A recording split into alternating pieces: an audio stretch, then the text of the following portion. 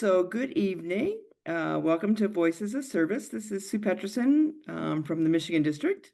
I'm actually great to be with you this evening. I'm actually up in northern Michigan in Traverse City where the water is about 40 degrees, so the lake's not quite warm enough yet to swim, but that's okay. I did see people walking in the water, so I was like, you can do that, I'll be fine. But beautiful day up here. So, I want to welcome everyone to today for our session with our candidates for International Trustee, Amy Zimmerman and Tim Sheppard.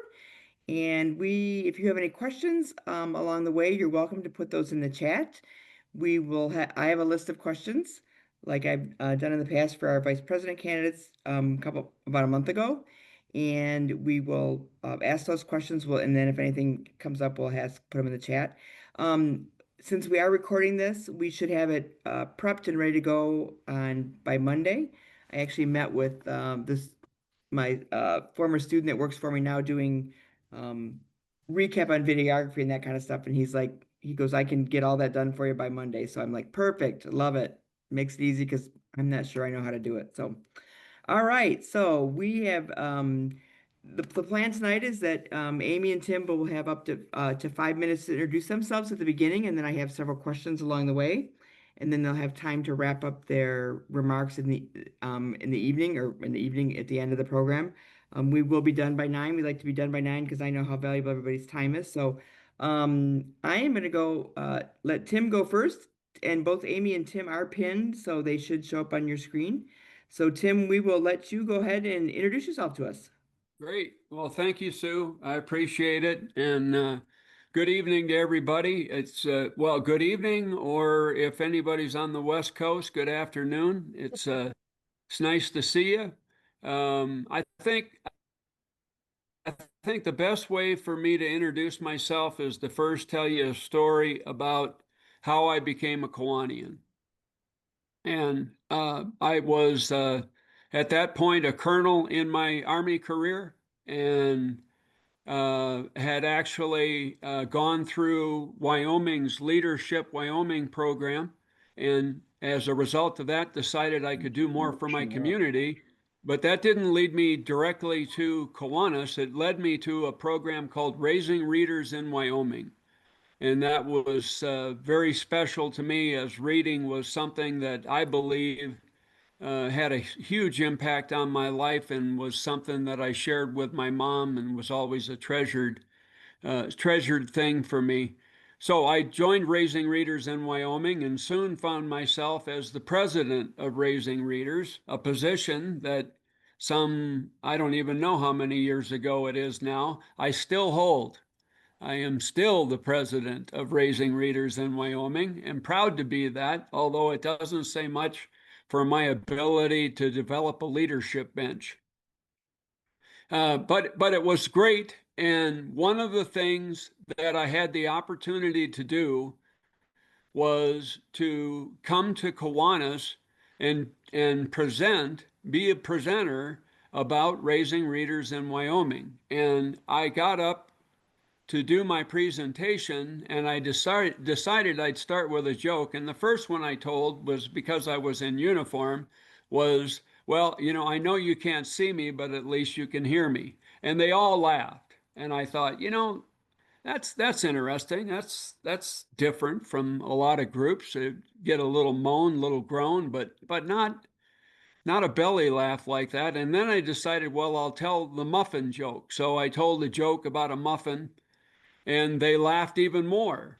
And I thought, I really like these people. So when I finished my presentation, I went up to the president and I said, "Hey, what does it take to become a member of Kiwanis?" And he said, "Well, you asking goes a long way." And so I filled out the application, and within a couple of months, I was a Kiwanis member of the Cheyenne Kiwanis Club, and have proudly been there since 2008.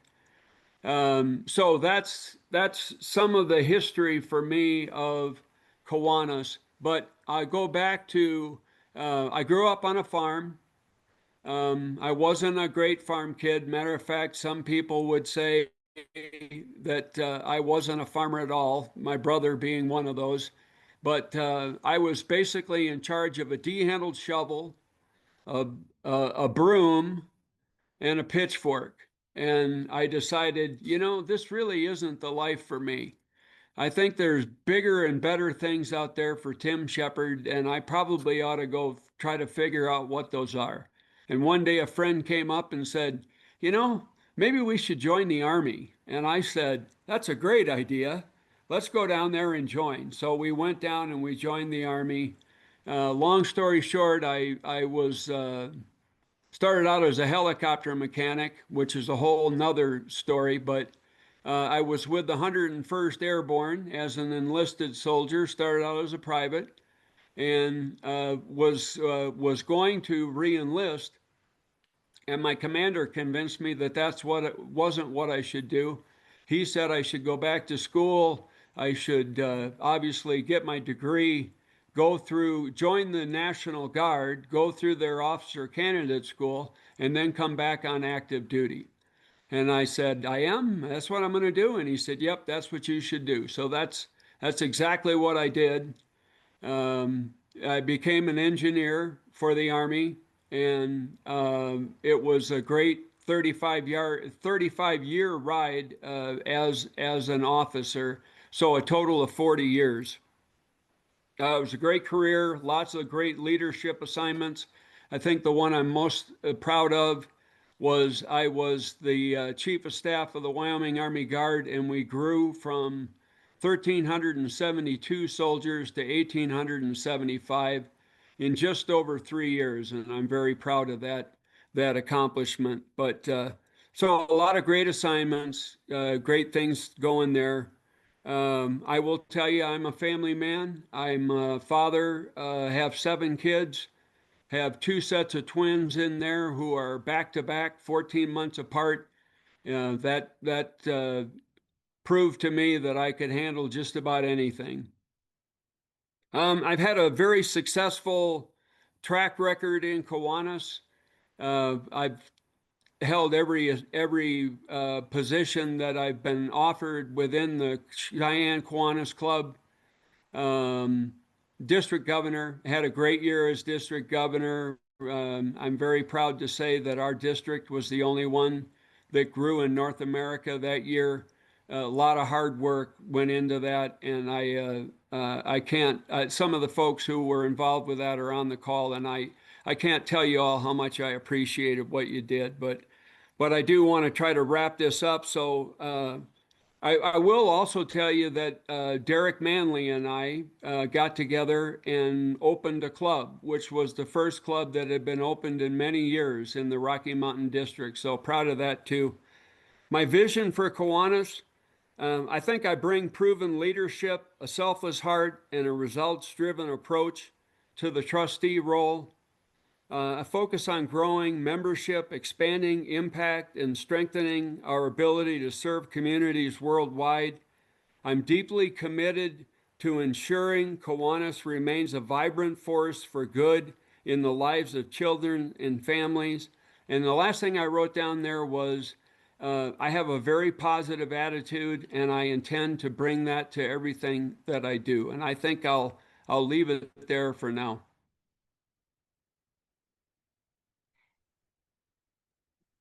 Thank you, Tim.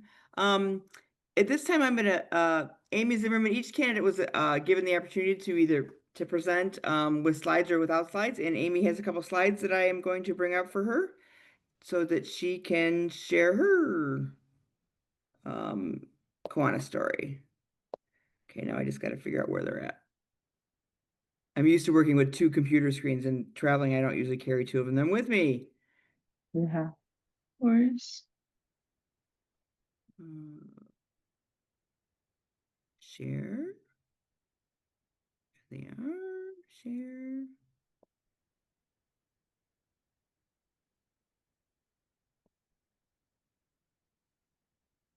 Thank you, Sue, for the invite to Voices of Service with Sue. Thank you for being an outstanding international president. I wanted to thank you as well to all those attending from the Michigan district. I know that's your home district, and those attending from my home district of Ohio, and all those Kiwanians around the world for spending a few minutes of your precious time this evening Like many of you, Kiwanis is my passion. I like to imagine a world where children live in a community where they have all the resources that they need, not just to survive, but to thrive. A world where Kiwanis clubs have the members and resources they need to support the children in their community, where our youth program members are inspired to advance to the next level and then into Kiwanis, and where our Kiwanis clubs have purpose and provide impact in their community. My Kiwanis journey started as a freshman at Carroll High School Key Club. So I have utilized and I try to utilize all of our Kiwanis offerings. And so I did serve as the president of my Key Club.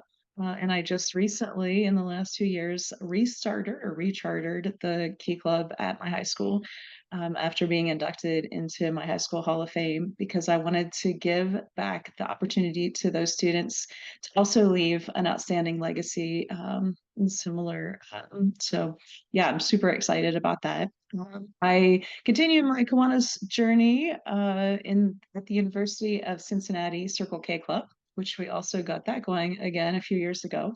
I was the advisor to that, which just warms my heart. When I graduated, we tried to a group of us tried to start a young professionals Kiwanis club, and then I ended up joining one of the Ohio's oldest and Kiwanis International oldest Kiwanis clubs, and that's the Kiwanis Club of Cincinnati. So we'll be 110 this coming year.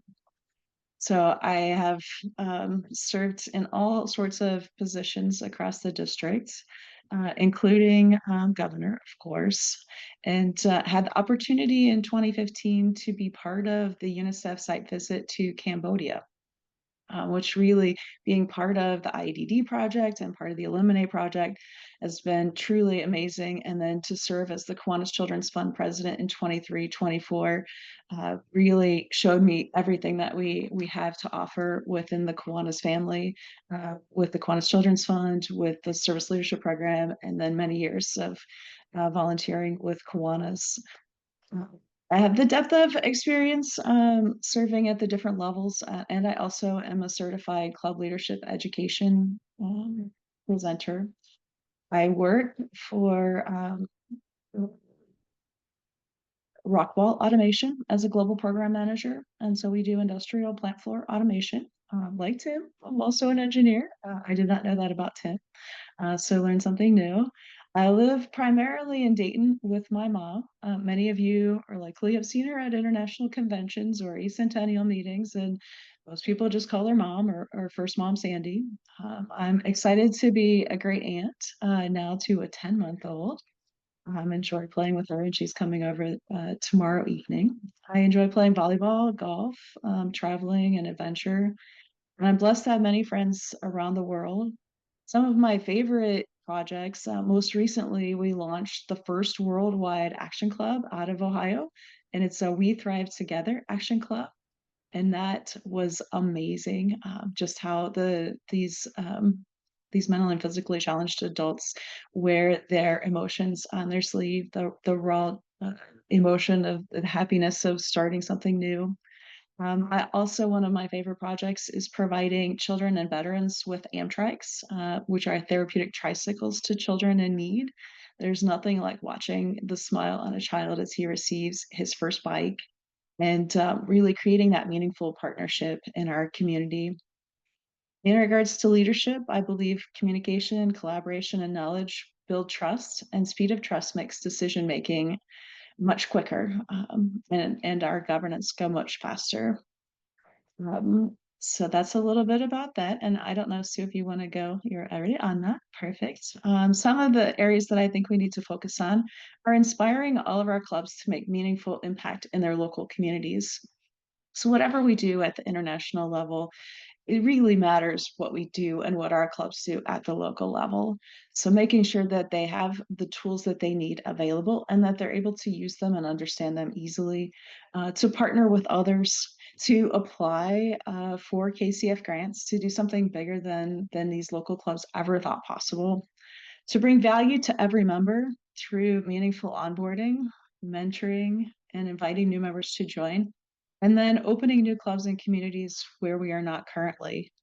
And then to really focus on the legacy that we want to leave And that is our future with the youth programs, ensuring what we do is relevant and meaningful to the next generation, and to be open to new ideas for growth and impact, and to leverage technology. And to do that in a transparent way with integrity, communication, with a focus on fiscal responsibility. So I know one thing that Sue would ask was one quote that might be inspirational that I'd like to share, and that is, it's a Mr. Rogers quote since we're going to Pittsburgh this year, and that is, anyone who does anything to help a child in his life is a hero to me. Thank you, Sue. Thank you, Amy. Now we will start with our questions, and Amy, I'm going to throw this back to you to answer our first question, and then Tim will give you time to answer that question next. So in your view, what is the primary role of a Kiwanis International trustee, and how does that differ from the leadership role at the club or the district level? Yeah, so the role of the trustee, I see it as twofold. One of that is to mentor and coach the governor and the districts that you're assigned to. And then there's a piece that is the governance of the entire organization. So how we get things done, how we are fiscally responsible for the financials of the overall entity, how we make strategic decisions to grow the organization and enable staff to deliver those in partnership with volunteers. Thank you, Amy. Thank you. Tim, same question. In your view, what is the primary role of a Kiwanis International trustee, and how does that differ from leadership roles at the club or the district level? Uh, Boy, that's that's a great question. I can't disagree with anything that Amy said. I've been through this once before with Amy and found that much of what I thought was what she thought. So I'm not gonna. I'll go along with that, and I'll put a lot of emphasis on uh, the the difference of being in those leadership positions and being a mentor to the leadership position, and that it's very important to understand that difference, and that you're not the district governor, you're not the district leadership, you're someone who's there to hopefully inspire and instill in that leadership team those things that they need to be successful. And hopefully you're able to, give them the value of your experience, but you have to be very careful how you do that. It's tricky, and I have fortunately been in a number of key leadership positions within the Army where I was able to do that. So I feel comfortable that I can do that. But then also, I did want to hit on the other aspect of that is you're a member of the leadership team at Kiwanis International, and you have a responsibility. I think one of the most important ones there is that fiscal responsibility, to ensure that we're good fiscal stewards of the funds that we have before us. Thank you, Tim. We'll let you start with the next question. What do you see as the greatest opportunity and the greatest challenge currently facing Kiwanis International? How would you address them as a trustee? Um, I think they're one and the same. I think it's a thing called membership. I also think it's a thing called attitude. And one thing that I continue to hear is statements like, "Well, we can't grow." The environment is not one that allows for that, and I think we've got to be very careful not to fall prey to that, but to say to ourselves, well, what is it that we can do to be successful? And I'll take that, my byline is let's grow. And I believe in let's grow. I think it's about membership, but I think it's about service as well. And the key way that we're able to grow our service, I'll go back to membership. We've got to grow our membership. Every member that we have in Kiwanis makes a profound difference to the number of children that we can help across the world. So therefore, we do need to put the time and energy into developing our ability to grow. Now, how does that differ at the Kiwanis International level? Um, I, I, I think it's important that you always have that positive attitude and that you're always looking for the opportunity to make a positive difference as it relates to strength. Thank you, Tim. Amy? Yeah, I think it's a combination of things. So what the key thing obviously is to mention, and as we all know, is to reverse that member loss to member growth. And I had a conversation recently with Jeff Otis, and I said, when did it start and what are the trends? And we've actually been on the decline since the mid 90s. So really, it's a long-term like issue that hopefully we can find meaningful ways to reverse that. And I think some of the ways that we can do that are by getting leaders excited and prepared to lead. So many times I think we get in a new member, we don't use the tools that we have, the new member orientation to provide them with the basis knowledge to teach them what it is to be a Kiwanian. And then we turn around and we expect them to lead. And then we get them into leadership positions and we don't get them to club leadership education and training. And so then they're not prepared to put together a strategic vision for their club, to do meaningful, impactful service, to leverage the grants that are available from the Kiwanis Children's Fund, to engage in all of the programs that we have at the service leadership levels.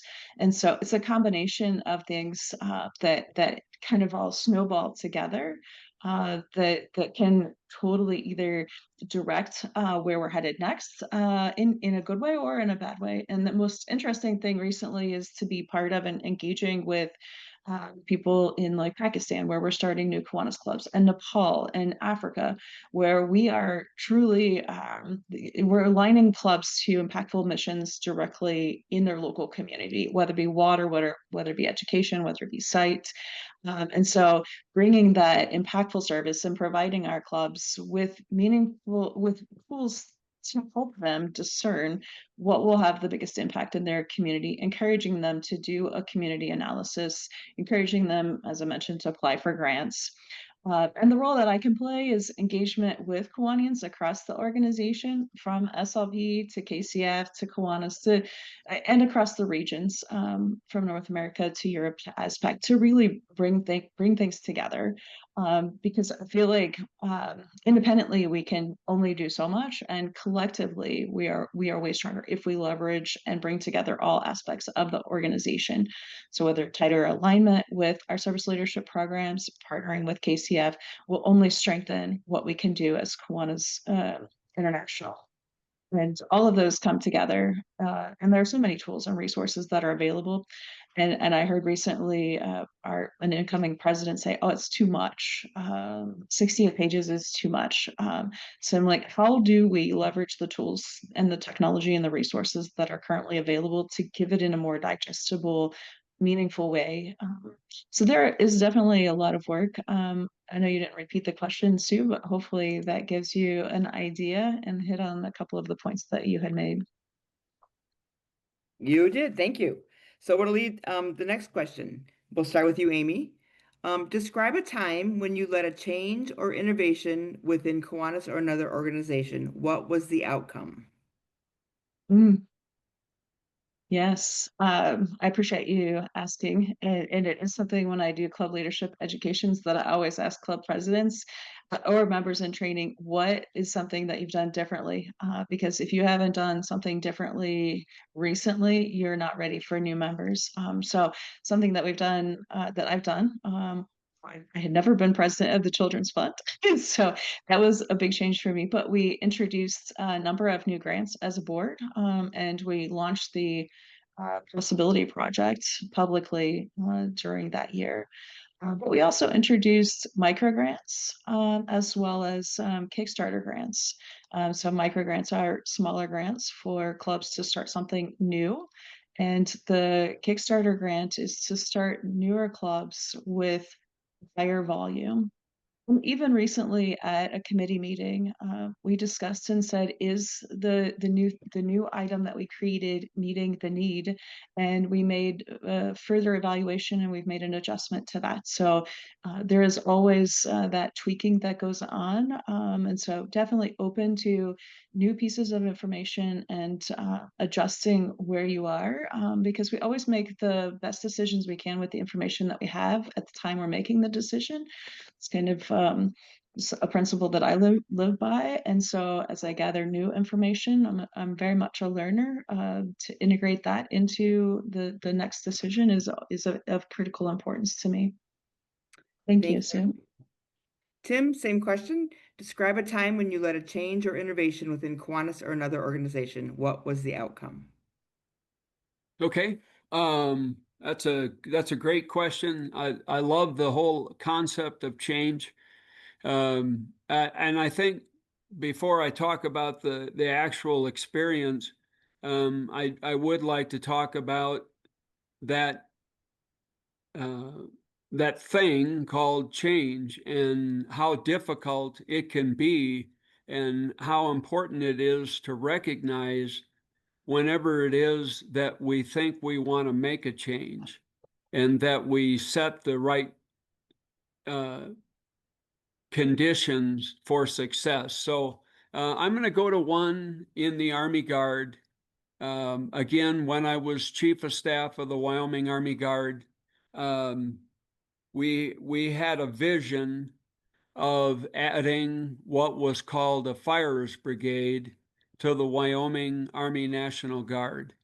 And that was there was one fires brigade left in all of the Army's force structure for everybody to fight over.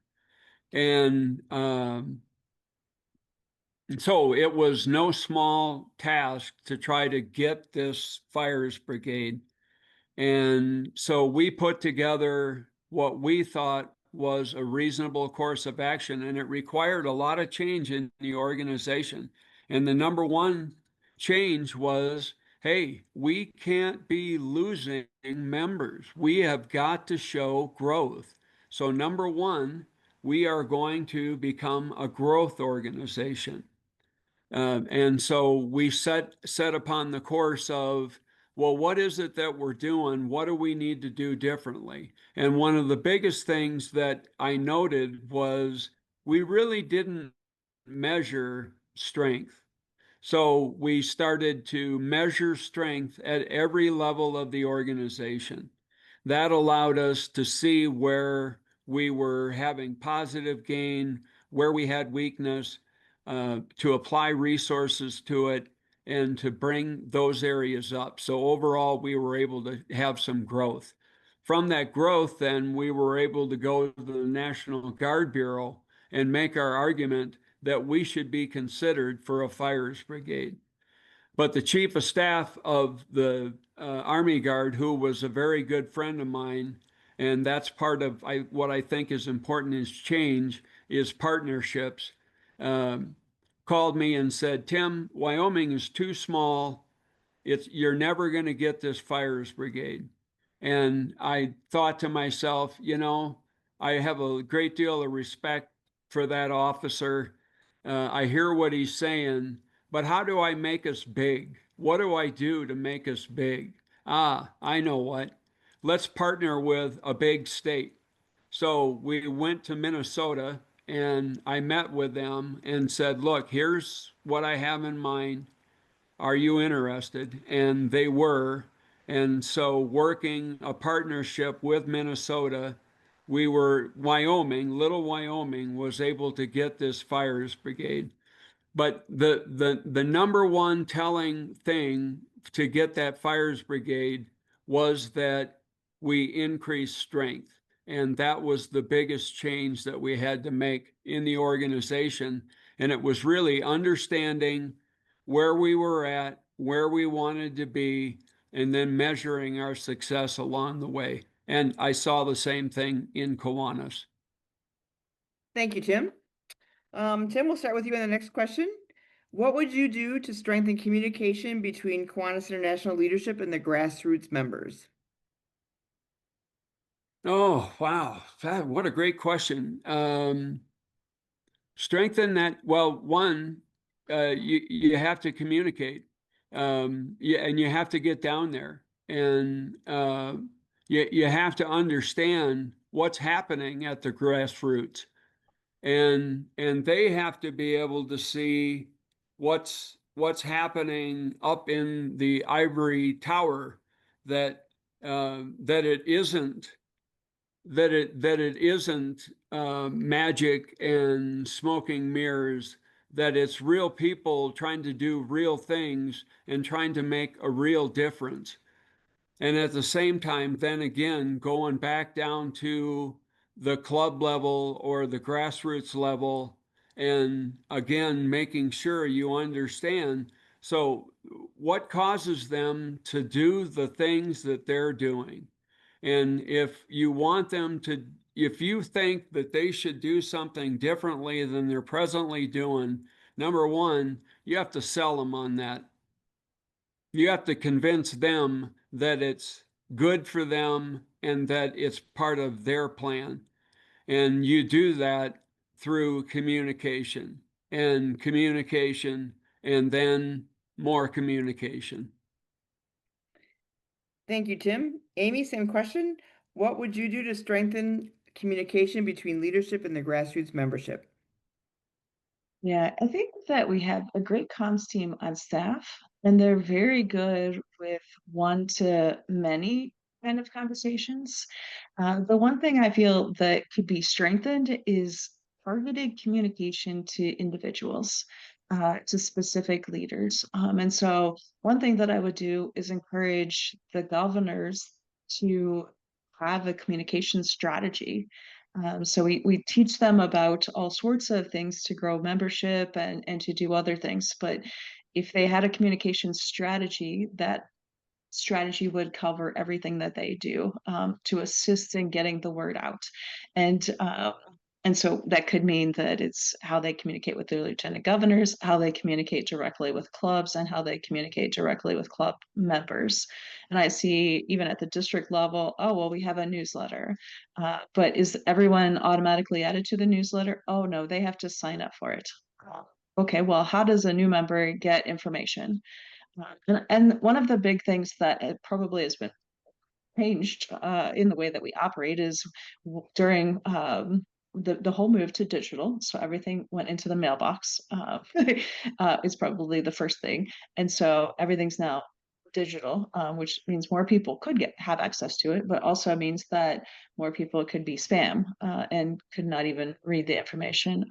And so I think over time, and then combined with COVID, we probably have done less communicating as people have gone inward during COVID to self-sustain, right? And so, yeah, I think having a very strong or increasing the way that we directly communicate with specific groups of people could be even more impactful versus just a straight one to many. So specifically with the president, even maybe a monthly reminder, hey, this is where you should be. The secretary, what I found being lieutenant governor is reminders to say, are you submitting the report? So very targeted communication and a communication strategy. And it also goes well with reaching out to partnerships. Are we reaching out? Are we creating awareness in our community, as well as other groups within the Kiwaniverse? Are we communicating with our SLP? And are we reminding our club presidents to communicate with the SLP and with partnerships and et cetera? And how are we making it available to them? It's definitely a challenge. Thank you, Amy. We'll get you Thank you. started on the next question. How do you balance honoring Kiwanis traditions while adapting to the needs of future generations? It's a very good question because when I first joined the Cincinnati Kiwanis Club, they were a singing club, and they had very much a longstanding project. And so yes, not all clubs are great singing clubs. Some clubs are great singing clubs. We have the Kiwanis Club of Columbus. They have, I think they recruit only people that have key talent. That is not the club that I'm in. So I do think it's important, especially with new clubs, to give them the opportunity to establish their traditions and new traditions. And for our older clubs to make sure that they are conscious of what they want the club future to look like. The Kiwanis Club I joined when I first joined Kiwanis, it used to be a club of 150. It was the place for people to go to join Kiwanis. And by the time I joined, it was like 6 old guys having lunch. And so the traditions weren't as important. You can stand on tradition, but it wasn't recruiting new people. It wasn't recruiting new members. And so it is definitely a balance. But I do think that there are a lot of great ways now with technology and with how we outreach and communicate to make sure that we embrace what is happening in the future and what's happening in our current environment, and balance that with some of the traditions that make us who we are as Kiwanians. And that unique presence in our local community is what makes us unique. So I definitely don't want to lose that. Thanks, Amy. Tim, how do we go about balancing Kiwanis traditions while adapting to the needs of future generations? Wow, I listened to Amy and thought about it, and I don't know that I've got a great answer. That's a tough one. I think part of it is you have to be very open, um, and you have to be willing to make some changes. I think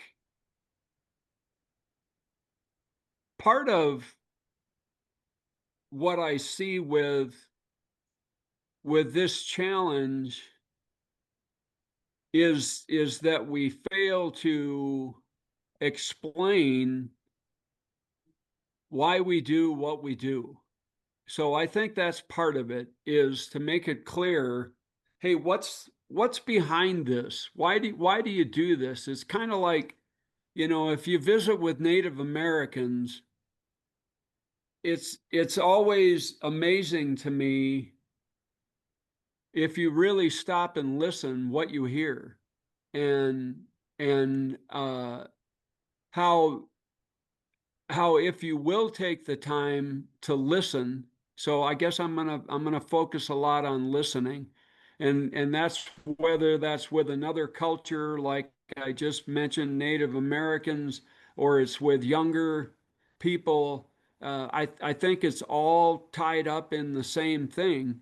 Hey, you don't look exactly like me, you don't sound exactly like me, so I don't want anything to do with you. Well, you've got to get past that. And the way to get past that, it goes back to that thing called communication, and a good and being good listeners and good speakers. Um, I I think it's I think it's something that we're always going to struggle with, and always going to have to consider, is are we open and accessible uh, to people who aren't exactly like us. And I think it's a very conscious effort to do it. Thank you, Tim. Next question. As a global organization with limited resources, it is important to differentiate between what we must have to succeed and what is simply nice to have. In your view, what are the top priorities Kiwanis International must invest in, and what can wait?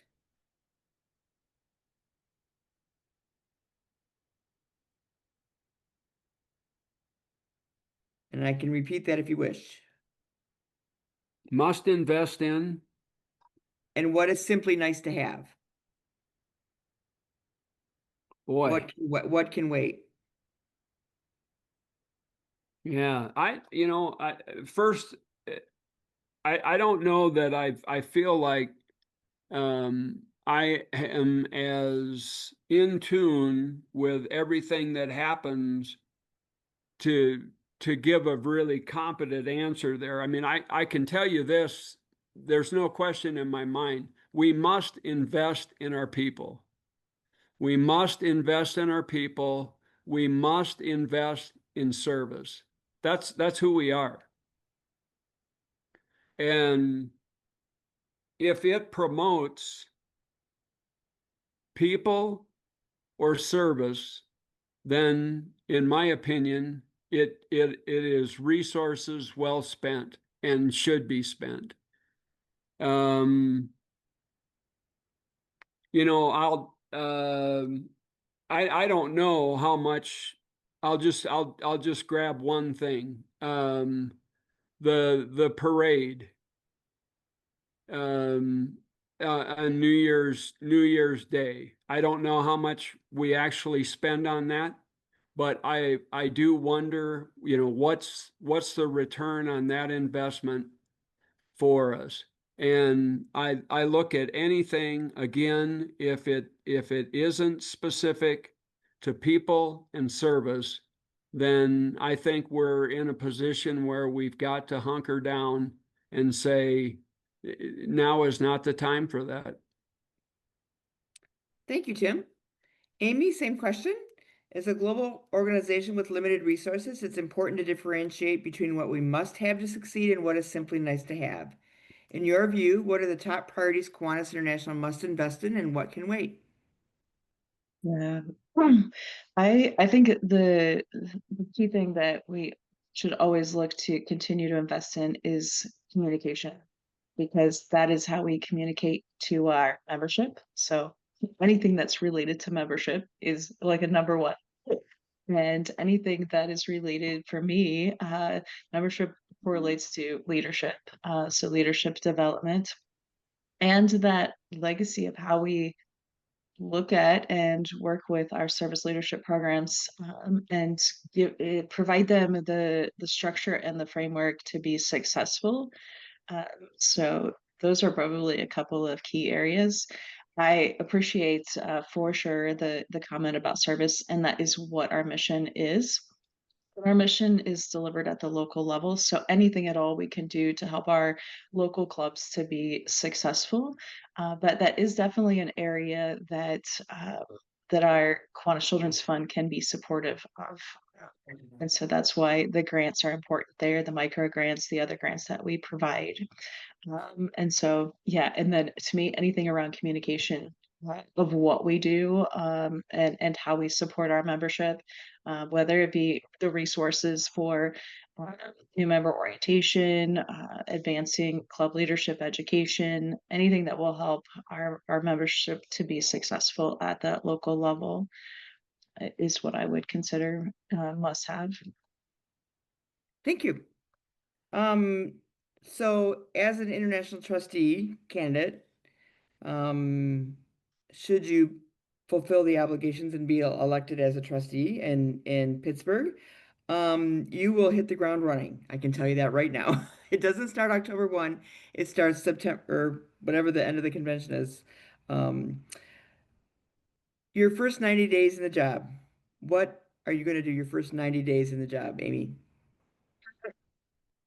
Well, I am going to get trained, so I think I know a lot about Kiwanis, but I understand I'm going to learn a lot more about Kiwanis. So the first thing is to attend the training, and then to understand what is the scope of the role and connect with the board. So I will be planning to attend the Kiwanis International Board meeting, so I know where they are today, and so what I'll be walking into when I start having a seat at the board table. And I've already started to read the Kiwanis International Board minutes to understand where things are. So I followed them pretty closely over the past several years, in terms of decisions that are made, as well to understand the board members, because it is a group of people, a new group, and I'm excited to be working with the people that are on the board. I know some of them are on here tonight, trying to scope out who we are, but making those connections and making calls to understand, what's important and how to operate and how we can best get the most done in the short amount of time that we have. Thank you, Amy. Tim, same question. Your first 90 days, what's your plans? Okay.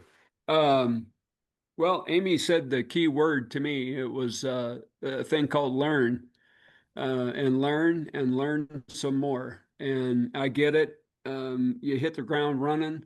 You're expected to do more than just learn. I, at the same time, would be developing relationships. I think it's just crucial to really get to know um, those that I'm working with, and and already start to develop partnerships. And I don't mean cliques. I mean partnerships. I mean in the open. Hey, this is good for me. It's good for you. Let's make it good for Kiwanis partnerships. But most importantly, a whole lot of learning and understanding, while serving. Thank you, Tim. Next question, Tim, we'll start with you. Why are you running for a position as a Kiwanis International Trustee? What is your why? I think that's pretty simple, and I truly love Kiwanis. I love the mission of Kiwanis. I love that we make a difference. And when we talk about kids being able to thrive, and that I can be a part of that, that we can help develop a community where kids can thrive. That's huge. And since day one of going to do that program, and having the love given back to me that I felt from my Kiwanis Club, and the Cheyenne Club is my Kiwanis Club, along with the Northeast Denver Metro Club, and now I'm also in a club in California that I'm very proud to be a part of. But it's all about the love of the organization, and most importantly, the love of the mission and the vision of the organization. Thank you, Tim. Amy, why are you running for a position on the Kiwanis International Board? What is your why? I've, I've been a part of Kiwanis is my life. It is my passion. And having seen and been part of leading at the high school level, leading at the college level, leading at the children's fund level, leading at the district level, being part of the different experiences, going to Cambodia, really wanted to be able to share that passion, and that mentor and coaching with the districts that I will counsel, as well as to bring together the organization. I think I see sometimes decisions made in silos, and it's like if we are to bring things together, we will be a much more powerful organization. So in my mind, it was if I don't, then who will? And so I decided that, yeah, with a lot of inspiration from above, that yeah, that it was time to do this and to share that passion. Thank you, Amy. So we're at 8:50, I should say 53 minutes past the hour, depending on where you are in the world. Amy, here's your opportunity to make your final pitch to those who are on the call tonight and those who will watch our video later. Why should they elect you as an international trustee? When I think about the legacy that we each will have the opportunity to leave when we're no longer here, uh, this is just part of mine. Is to be able to help and support each of you in what you do in your local Kiwanis clubs and what we do as an international organization. And so I'm willing to share my passion, my collaboration. I'm willing to address any questions that you have after the session. But serving the children of the world is part of who I am, and it's been that way since I embarked on my first worldwide service project with IDD through M&T, now the Possibility Project, supporting all of the local Kiwanis clubs. And so, with that, I ask for your vote at International Convention in Pittsburgh as we forge the future. Thank you, Amy. Tim, here's your chance to ask for the vote. Why should you be elected as a trustee? I almost got caught on a mute. I would have been the first one tonight and I wouldn't have liked it. I've been doing this for almost 5 years. You'd think I could work a mute button, but still have problems with it. Hey, I want your vote. I'm passionate about Kiwanis. When I say I love it, that's not hyperbole. That's an absolute fact. I love Kiwanis. I was fortunate to have the Army in my life for 40 years. And on day one of being a soldier, I knew I belonged as a soldier. On day one of being a Kiwanian, I knew I belonged as a Kiwanian. It's interesting to me how similar, especially the National Guard and Kiwanis, organizationally are, and how many similarities I saw as I went up the ladder in Kiwanis while I was climbing the ladder in the Army. Um, they really worked hand in glove, and there's a hierarchy, but it comes down to, hey, do you have passion? Do you care? And I really want to stress that word care. I care. I i think of myself as being very selfless. It's one of the Army values, and I put a lot of time and effort into being a selfless server. I'm not doing this for me. I'm doing this because I believe it's the right thing for me to do for Kiwanis. Thank you, Tim. So, Amy and Tim, thank you so much for being with us this evening. It's great to learn a little bit more about you, and I hope that those of our participants that are with us have learned more about who you are and your desire and your goals for Kiwanis International. It's great to have you here. For those of you that this is your first time on our Voices of Service program, welcome to the program. We do host this typically every Thursday night at 8 p.m. Eastern Time. And you're welcome to join us every week. You'll get because you're on the master list, you'll get an email every week with the link so that we give out new links every week so we don't get into any kind of Zoom bombing, as we like to say, along the way. Once this is recorded and out, we'll get you an email as well. Next week, I want to invite you all to join us for President-elect Michael Mulhall and Vice President Hope Marks will be on the call with us to talk about the Kiwanis Voices program and to answer your questions about that. We expect that program will go the full hour, and depending on timing for our presenters, if there's a little bit of extra time, we'll add that on. But next week, that program will be is scheduled for us. We will not meet the 2 weeks after that because, of course, we'll be in Pittsburgh for the Kiwanis International Convention, and then I will be in Orlando to celebrate the Key Club's 100th anniversary in Orlando for that program. So then we'll come back after that sometime mid-July to get going. But thank you all for being with us tonight. I hope you learned a little bit about our candidates. It's always great to see everybody.